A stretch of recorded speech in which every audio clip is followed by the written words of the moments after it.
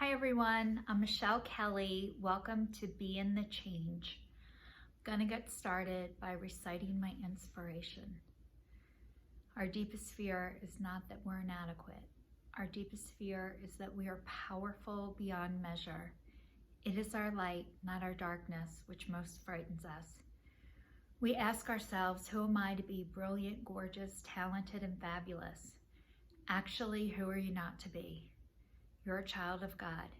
Your plain small does not serve the world. There is nothing enlightened about shrinking so that other people will not feel insecure around you. We are all meant to shine as children do. We were born to make manifest the glory of God that is within us. It is not just in some of us, it is in everyone. And as we let our own light shine, we unconsciously give others permission to do the same.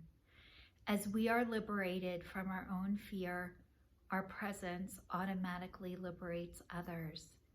Marianne Williamson. I'd like to say welcome to everybody who's watching me for the first time, and thank you, and welcome back, and thank you to everybody who's been on this journey with me since 2019, where I started talking out loud for my New Year's resolution that I was breaking up with fear, I was breaking up with shame, and I was breaking up with guilt, followed by a weekly video telling you guys how it wasn't breaking up with me.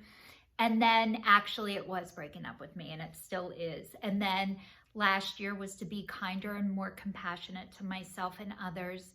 And this year was to break up with processed sugar.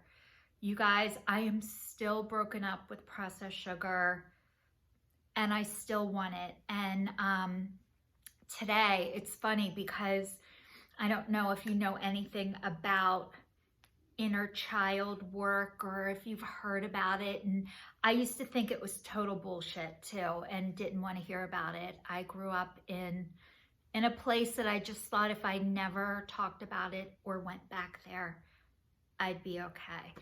And the fact of the matter is that I wasn't okay. And I couldn't talk about it until I was ready to talk about it. And so for this inner child business that I thought was total bullshit, which it's not, my little girl wants candy, wants sugar, wants bad food, wants instant gratification, and my adult self is learning to reparent myself. So what I'm telling myself is like, you want this stuff, but you feel shitty when you do it.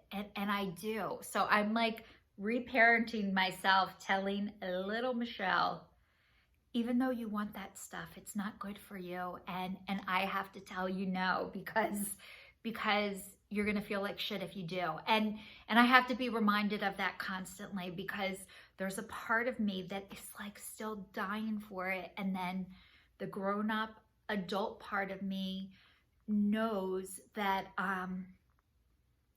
when I do shitty things, I feel shitty. And eating sugar for me really makes my body feel bad. Like, makes my heart happy, it makes my head happy, so I think, but my body's reaction to it is completely different. So I'm trying to honor that. I don't know if I'll do it forever, but for right now, telling you guys that I want it and I'm not doing it, and really just trying not to have it and not put myself in dangerous positions where I'm around people that are like, God, you can do it, just have one.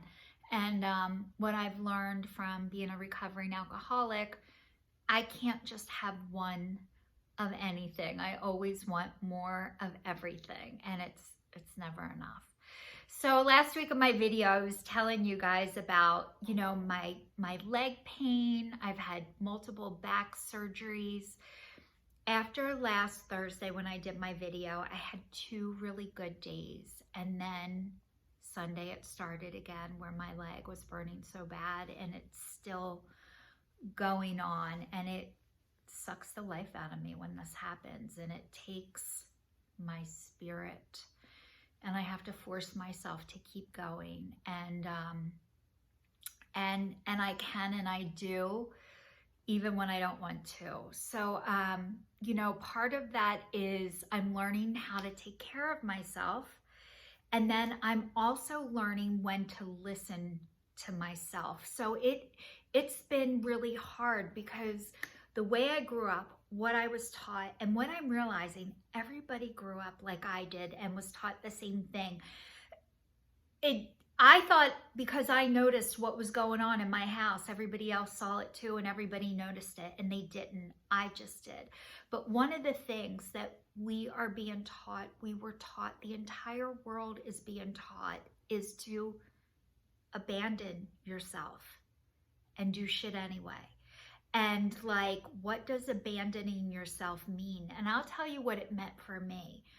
What abandoning myself meant was not speaking up when I needed to, when things weren't right for me, not being able to say this isn't right for me, or,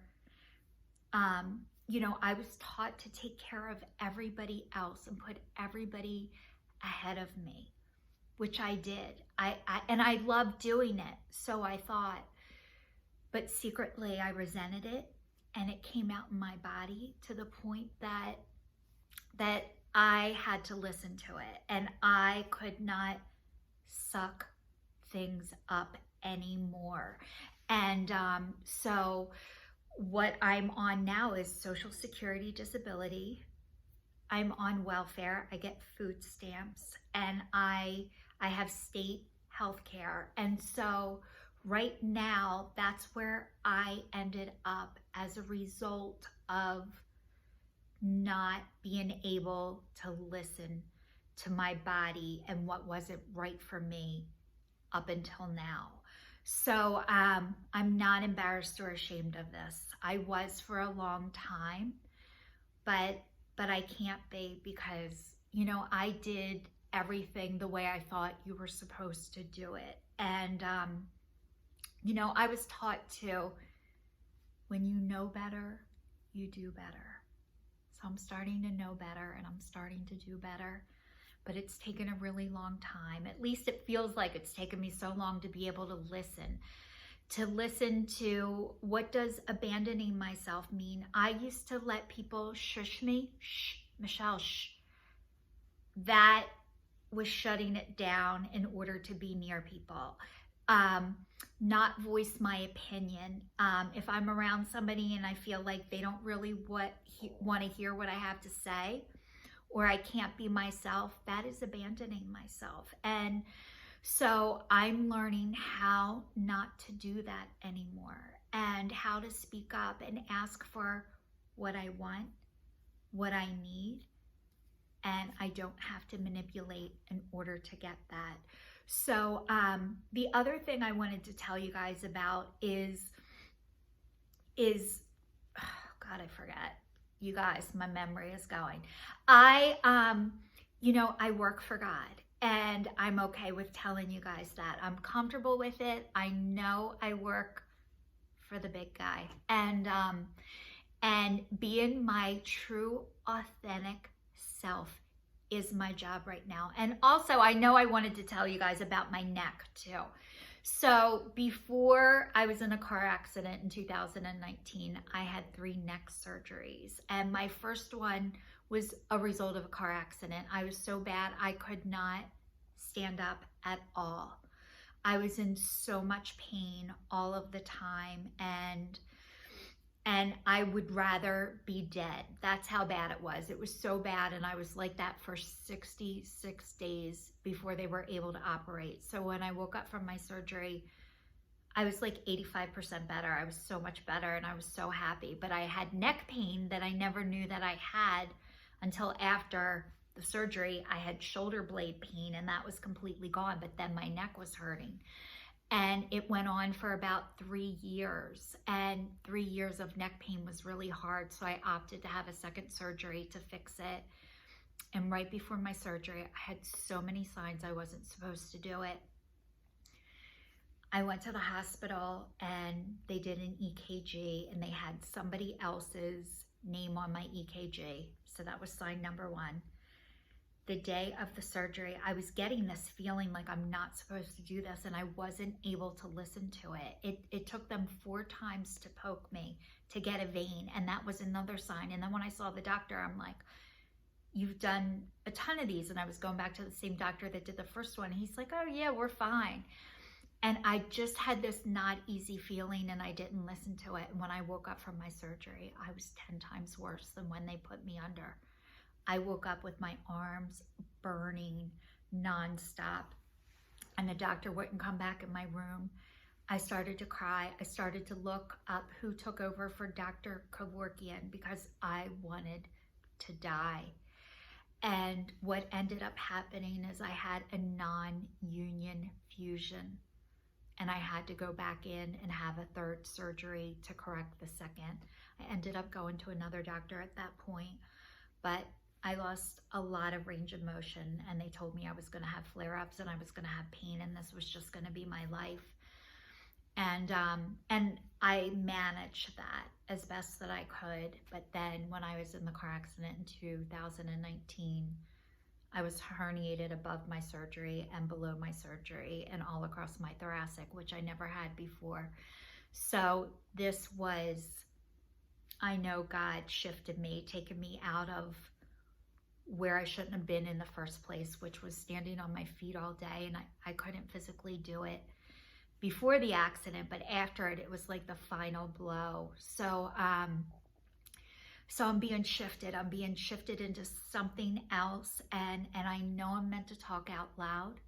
I'm meant to talk to you guys about how to get a connection to yourself and to your spirit. And the only way to do that is to quit abandoning ourselves, which is really, really hard when you've never been taught. So I'm going to leave you guys with one thing. What would you tell somebody that you love if they were in a job that they freaking hated every day, or that was making them sick, or if they did something, they were in a relationship where they were being abused or neglected? You would say, oh my God, get out of that. You don't deserve that. So that's what I want to ask you guys to start thinking about yourself. Start thinking, what would you tell somebody that you love? And then start applying that to yourself. You would never tell somebody that you loved to work at a job every single day that they hate or that is killing them, or to stay in a relationship that is awful for them. You would tell them, you don't deserve that. And when you would say that to somebody else, apply that to yourself, because we all deserve love, and we all deserve to be happy, and we all deserve to feel good. And I know that God wants that for all of us. So thank you so much for watching. Please stay tuned, and I will see you all next week.